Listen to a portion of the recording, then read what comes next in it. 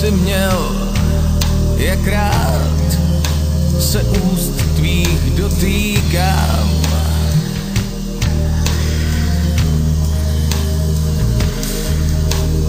Taky bych ti slíbit chtěl, že spát už nikdy nechci sám.